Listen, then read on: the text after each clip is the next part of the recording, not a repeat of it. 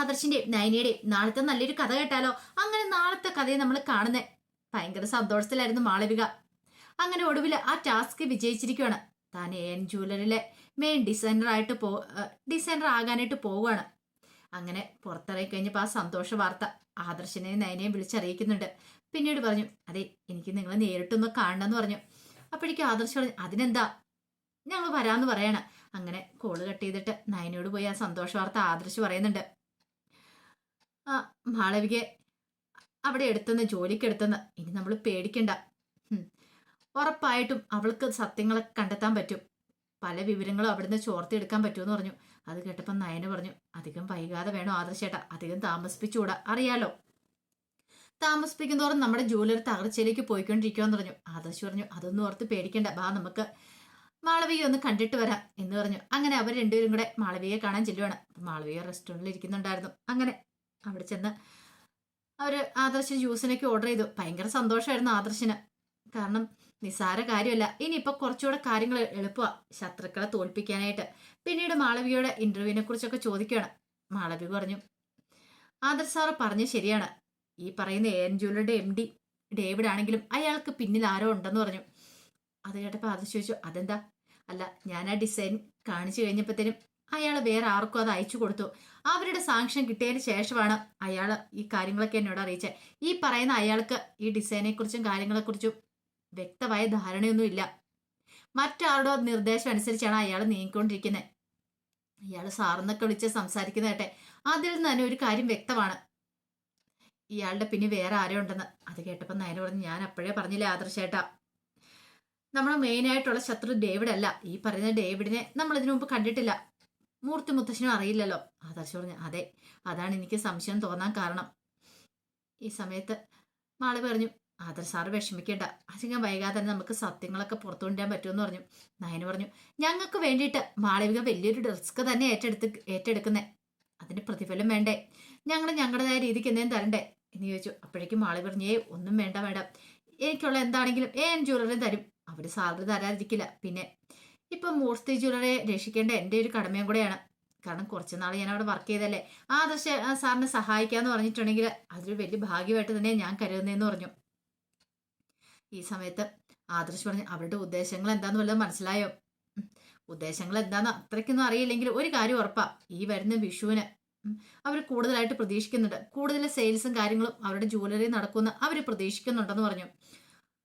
അത് കേട്ടപ്പോൾ ആദർശ് പറഞ്ഞു, അങ്ങനെയാണെങ്കിൽ ഈ വിഷുവിന് നല്ല രീതിയിലുള്ള സെയിലും കാര്യങ്ങളൊക്കെ അവരുടെ ജ്വല്ലറി നടക്കണം. അപ്പം അതിന് വേണ്ടിയിട്ട് മാളവി കുറേ ഡിസൈനിങ് വരച്ച് കൊടുക്കണമെന്ന് പറഞ്ഞു. അത് കേട്ടപ്പം മാളവി ചോദിച്ചു, അതെന്താ സാർ അങ്ങനെ പറഞ്ഞേ? നടക്കട്ടെ, കാരണം മാളവിയെക്കുറിച്ച് അവർക്കൊരു മതിപ്പും കാര്യങ്ങളൊക്കെ ഉണ്ടാവണമെങ്കിൽ ഈ വിഷുവിന് മാളവിക വരച്ചു കൊടുത്ത ഡിസൈൻ കണ്ടിട്ട് വേണം. കാരണം മാളവിക കളക്ഷൻസ്, നയന കളക്ഷൻസ് പറഞ്ഞ പോലെ മാളവിക കളക്ഷൻസ് ഈ വിഷുവിന് ഫേമസ് ആവും. അങ്ങനെ ഫേമസ് ആയി കഴിയുമ്പോൾ മാളവികയിൽ അവർക്കൊരു വിശ്വാസം ഉണ്ടാവും. അപ്പോൾ ആ വിശ്വാസത്തെയാണ് നമ്മൾ മുതലെടുക്കേണ്ടത്. കാരണം ചെറിയ മീനിട്ട് വലിയ മീനെ പിടിക്കാന്നുള്ള രീതിയുണ്ട് എന്ന് പറഞ്ഞ പോലെ ഇപ്പം നമ്മുടെ ചൂണ്ടയിൽ നമ്മൾ കുരുക്കാൻ പോകുന്ന ഈ വിഷുവാണ്. അങ്ങനെ വിഷു ഇട്ട് നമ്മൾ വലിയ ഇരയെ തന്നെ പിടിക്കാനായിട്ട് പോവാണ്. ഉറപ്പായിട്ടും ഇനി വരുന്ന പ്രോജക്റ്റുകളൊക്കെ അറിയാലോ എന്താ സംഭവിക്കാൻ പോകുന്ന. മാളവി പറഞ്ഞു, സാറ് പറഞ്ഞ കാര്യങ്ങളൊക്കെ എനിക്ക് മനസ്സിലായി, സാറ് ധൈര്യമായിട്ടിരിക്കുക, എന്നെ കൊണ്ട് ചെയ്യാൻ പറ്റുന്നതിൻ്റെ എൻ്റെ കഴിവിൻ്റെ മാക്സിമം ഞാൻ കാര്യങ്ങളൊക്കെ നടത്തും. പിന്നെ ഒരു കാര്യമുണ്ട്, ആർക്കും ഒരു സംശയത്തിന് ഇട കൊടുക്കലെന്ന് പറഞ്ഞു. മാളവി പറഞ്ഞു, ഇല്ല സാറേ, അതൊക്കെ ഞാൻ വേണ്ടവണ്ണം തന്നെ കൈകാര്യം ചെയ്തോളാം, സാറിന് അറിയാലോ. അപ്പോഴേക്കും ആദർശ് പറഞ്ഞു, എനിക്ക് മാളവികയിൽ ഒരു വിശ്വാസമുണ്ട്, പിന്നെ എന്തെങ്കിലും ആവശ്യമുണ്ടെങ്കിൽ വിളിക്കണം. പിന്നെ ഒരു കാരണവശാലും നമ്മൾ തമ്മിലുള്ള ബന്ധത്തെക്കുറിച്ചൊന്നും അറിയാൻ പാടില്ലെന്ന് പറഞ്ഞു. ഇപ്പം നമ്മളിവിടെ നിന്ന് സംസാരിക്കുന്ന പോലും അപകടമാണ്. ഇനിയിപ്പോൾ എന്തെങ്കിലും ഉണ്ടെങ്കിൽ നേരിട്ട് അങ്ങനെ കാണേണ്ടതൊന്നും ഇല്ലാന്ന് പറഞ്ഞു. എന്തെങ്കിലും ഉണ്ടെങ്കിൽ ഫോൺ കൂടെ വിളിച്ച് അറിയിച്ചാൽ മതി, അല്ലെങ്കിൽ അതിനുള്ള മാർഗങ്ങളൊക്കെ എന്താണെന്ന് വെച്ചാൽ പറഞ്ഞോളാന്ന് പറഞ്ഞു. മാളവികയ്ക്ക് സന്തോഷമായിരുന്നു. അങ്ങനെ മാളവിക അങ്ങോട്ട് പോയി കഴിഞ്ഞപ്പോൾ നയനിക്ക് ഒരു ആത്മവിശ്വാസമൊക്കെ തോന്നി. മാളവികയില് അവളെ കൊണ്ട് സാധിക്കും, എന്താണെങ്കിലും തങ്ങളോടൊപ്പം നിന്ന് സത്യങ്ങളൊക്കെ കണ്ടെത്താൻ സാധിക്കും എന്നൊരു ചിന്ത അവളുടെ ഉള്ളിലും ഉണ്ടാകുന്നുണ്ട്. ഈ സമയത്ത് നാഗേന്ദ്രനെയും ഡേവിഡും കൂടെ കാണുകയാണ്. പിന്നീട് നാഗേന്ദ്രൻ ഡേവിഡിനോട് പറഞ്ഞു, എങ്ങനെയുണ്ട് മാളവിക വന്നിട്ട്? കൊള്ളാം, സൂപ്പറാണ്, ഞാൻ ഇത്രയ്ക്ക് പ്രതീക്ഷിച്ചില്ല. എനിക്ക് ഈ ഡിസൈനെ കുറിച്ചൊന്നും കാര്യമായിട്ടൊന്നും അറിയില്ലല്ലോ, പക്ഷെ സാറ് പറഞ്ഞു കഴിഞ്ഞപ്പോഴാണ് ഞാനും ശ്രദ്ധിച്ചെന്ന് പറഞ്ഞു. നാഗേന്ദ്രൻ പറഞ്ഞു, അവള് മിടിക്കാടാ, അതുകൊണ്ടല്ലേ ഈ 1 മണിക്കൂറിനുള്ളിൽ തന്നെ ഇത്ര നല്ല ഭംഗിക്ക് ഡിസൈൻ വരച്ചത്. അവൾ നമ്മുടെ കമ്പനിയിലുണ്ടെങ്കിൽ കമ്പനിക്ക് വെച്ചിട്ട് കയറ്റുമായിരിക്കും. ഈ വിഷുവിന് നമ്മുടെ കമ്പനി നല്ല സെയില് തന്നെ നടക്കാൻ പോന്നെ. മൂർത്തി ജ്വല്ലറി പിന്തുണക്കൊണ്ട് ഈ തവണത്തെ വിഷു നമ്മളിങ്ങോട്ട് എടുക്കുമെന്ന് പറഞ്ഞു. അത് കേട്ടപ്പോൾ ഡേവിഡ് പറഞ്ഞു, അത് ശരിയാ സാറേ, പിന്നെ അവൾക്ക് കുറെ ഓഫറും കാര്യങ്ങളൊക്കെ ഞാൻ കൊടുത്തിട്ടുണ്ട്. അത് സാരമില്ലടോ, ഓഫർ കൊടുത്തിട്ട് എങ്ങനെ അവളെ പിടിച്ചു നിർത്താൻ നോക്കണം. കാരണം ഇത്രയും നല്ലൊരു ഡിസൈനറെ കുത്തിക്കൊണ്ടു പോകാനായിട്ട് വേറെ ജ്വല്ലറിക്കാർ ഇഷ്ടം പോലെ വരും. അപ്പൊ അവൾക്ക് വേണ്ടുന്ന ഓഫറുകളൊക്കെ കൊടുത്ത് അവളെ നമ്മുടെ ജ്വല്ലറി തന്നെ നമ്മൾ നിർത്തണം എന്നൊക്കെ പറഞ്ഞു. അങ്ങനെ അവര് ഭയങ്കരമായിട്ട് സന്തോഷിക്കുകയാണ്. അതേസമയം നന്ദു കമലയെ വിളിക്കുകയാണ്.